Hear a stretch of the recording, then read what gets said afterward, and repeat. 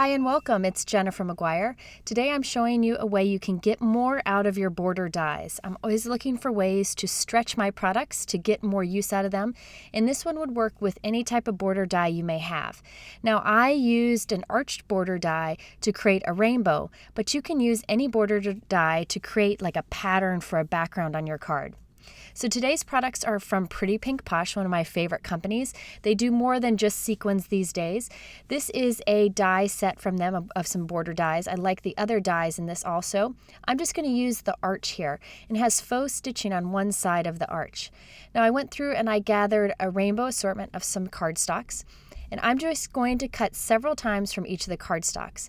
Each time I'm shifting the border die just a little bit so that I can cut a bunch of thin arches.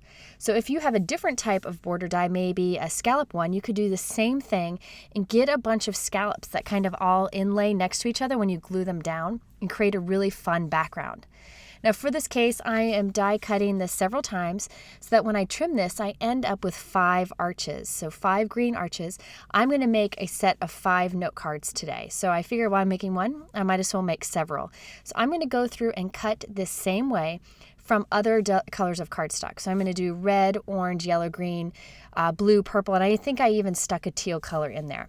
But I did the same thing for each of the colors. Each time I'm just slightly shifting the die to create the arches.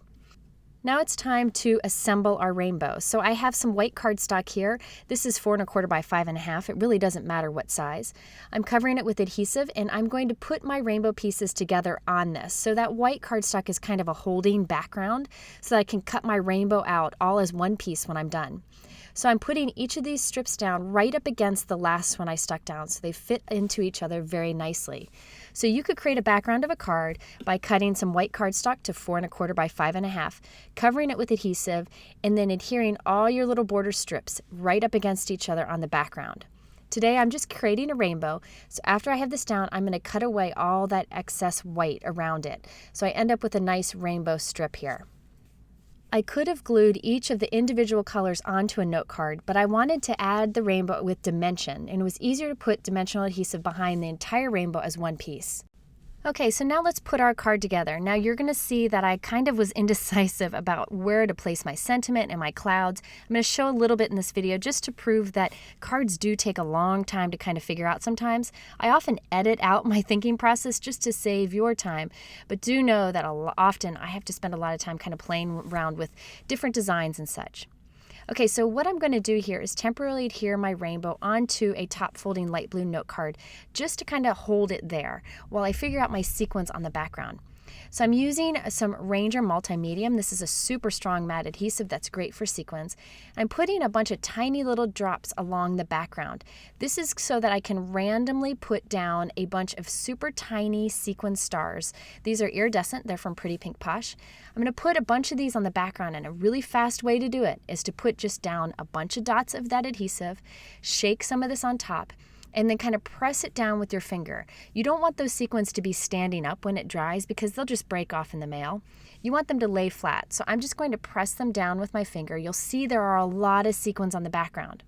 But once this dries, I'm going to knock off any that aren't really stuck well, and the ones that will be left behind are those that are adhered really well and will make it through the mail. So I'm just going to press all these down, and then once I have them all flat, I'm just going to set it aside to dry, and then we'll knock off any that aren't glued down really well. Okay, so after I've done that, it's time to figure out where to put my sentiment. So at this point, I'm trying to figure it out. I'm really not sure. What I like to do when I'm unsure is stamp the sentiment onto a piece of scrap plastic or acetate, and then I can move it around and kind of pretend where the sentiment will be. And it helps me plan things out. So at this point, I'm thinking I want it over on the left corner, but you'll see here that when I go to put everything together, I change my mind. But it's really helpful to have your sentiment stamped on a piece of acetate, just so you can kind of pretend or figure out where it's best to fit it. Now I decided to go ahead and add my rainbow with some dimensional adhesive. I'm just going to put that down where I think I want it to be and then trim the excess that's hanging off. Now it's time to figure out the placement of the clouds. I'm using some white clouds that I die cut from a Pretty Pink Posh die set. There's a cloud set that matches the stamp set that I'm using here. And I positioned them where I thought I want them. I ended up changing them, but I was sure that I wanted to stamp my sentiment below these clouds right at the base of the rainbow. So it looks like the sentiment is at the end of the rainbow here. So I'm stamping the sentiment with some black dye ink here. This sentiment is also from a Pretty Pink Posh stamp set, and I'll show it to you a little bit later on in the video. So I had two sentiments that are actually teamed up together here. So I stamped the bottom one first because I didn't want to run out of room on the bottom of the card. And then I'm stamping the other one centered up right above it. Now at this point, I decided that I didn't like my clouds and where they were, so this is where I started playing around with it a lot, moving things around.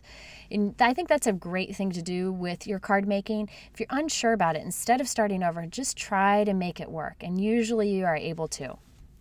Now after finishing that card, I wanted to show you one other way that you can add these sequins to the background very quickly. I am just putting a bunch of tiny little dots of that adhesive along the background as I did before. Again, I'm pouring a bunch of these super tiny sequins on top, right over all of those adhesive dots. And by the way, these techniques of doing a background like this really only works with the super tiny sequins. I'll show you how to do larger sequins a little bit later in this video. Okay, so after I've put the sequins all over the top, I've got all these clusters of sequins glued down. I'm taking a piece of acetate and smushing it all down at once. This flattens all the sequins so that there aren't any standing up that would get knocked off in the mail. So now I'm going to set this aside to dry, and once it's dry, I can come back and knock off any of the excess. You can see it's still drying there, so there's a lot of sequins in the background, but I can knock off any that I don't want. Again, it's a matte adhesive, so it'll dry matte, and you'll never know. And this way you can get a bunch of sequins on the background very quickly, and it's all very random. And by the way, on this example, I forgot to leave an area for my sentiment, so all I have to do is knock off any that are in the way there, and I can stamp my sentiment in that area. Okay, now I thought I'd show you another example just using some larger sequins on the background. In this case, I like to kind of plan the perfect position for each of the sequins. You could do this with the smaller ones if you wanted to, but I think this technique it takes a little bit of time, so it's better with the bigger sequins. Now this mix of sequins is from Pretty Pink Posh, and it's a Share Kindness mix. It was inspired by the Share Handmade Kindness Challenge that I did a couple months ago, and they're donating some of the profits from this particular mix to the Kind campaign, which is an anti-bullying campaign. So I thought I'd scatter a few of these blue ones on the background. In this case, I'm putting tiny little dots of adhesive once again exactly where I want the sequins to be. Then I'm using my Quick Sticks tool to pick up each of the sequins and place them perfectly. You can also use tweezers for this, but I think this method is much better when you're using larger sequins because you want to get them positioned exactly in the right place, kind of scattered around your card. Now, if you wanted to perfectly position each of those tiny little star sequins like I used before, you could do that too with the Quick Sticks. I use the sticky end, and then the other end that's kind of got the point to it, it comes apart, so you can use them together to position exactly where you want it. And I'm just putting some stars this time on the clouds themselves only. And it really works well to use this tool. Tweezers would be tough here. And since these are super tiny, I'm not really sure what other ways would work, but this tool is really handy. And you can see it's not taking that long to get each of these positioned on those clouds. I ended up creating 5 cards in total, each with the sequins a little bit different. I apologize for kind of their around-the-block way of doing this video, but really that's kind of how the cards came together. I also wanted to show you that I have some matching envelopes that I created. I'm starting this as a habit to always create matching envelopes. I stamped my return address so it's ready to go. And I'm stamping some happy clouds from the same stamp set from Pretty Pink Posh that I got this sentiment. So these envelopes are ready with the cards whenever I need them. So there you have it, a fun way to stretch your border dies to create new patterns. You can cut a bunch of little strips from your border dies, patch them together to either create a rainbow or a fun background. If you're interested in the supplies I use, the main ones are linked below in my YouTube description, but I encourage you to head over to my blog by clicking here on the top left for much more information. You can also click the 3 images in the middle. They will take you to 3 other videos I've done with creative ways of using border dies. Also, be sure to hit the subscribe button if you're interested in seeing more videos from me. I appreciate you spending time here today, and I hope you have a wonderful day.